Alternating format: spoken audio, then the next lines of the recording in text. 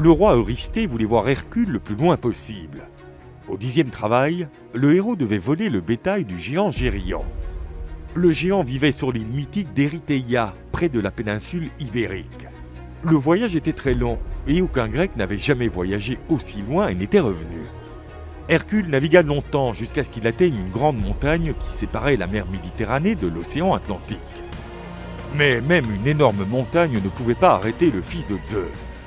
Hercule utilisa toute sa force pour diviser la montagne en deux et sépara les deux moitiés. Ainsi, le héros relia la Méditerranée à l'Atlantique et poursuivit son chemin.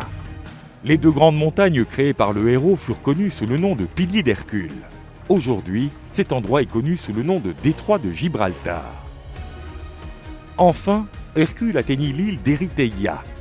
Aucun Grec n'avait jamais osé approcher les bœufs du géant fils de Chrysaor, car Gérion était une créature hideuse qui avait plusieurs corps en un.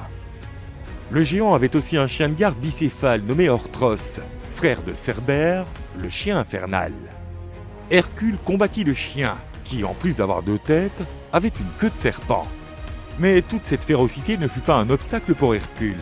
Il abattit le chien fils d'Échidna avec sa puissante massue. Hercule commença furtivement à conduire le bétail sans attirer l'attention du géant. Mais les actions d'Hercule ne sont pas passées inaperçues auprès de Gérion, qui l'a attaqué furieusement. Le combat entre Hercule et Gérion fut intense, et le héros semblait finalement vaincu. Hercule réalisa que la déesse Héra, son ennemie, aidait le géant en augmentant son courage et sa force. Hercule a utilisé son arc pour tirer une flèche sur la déesse.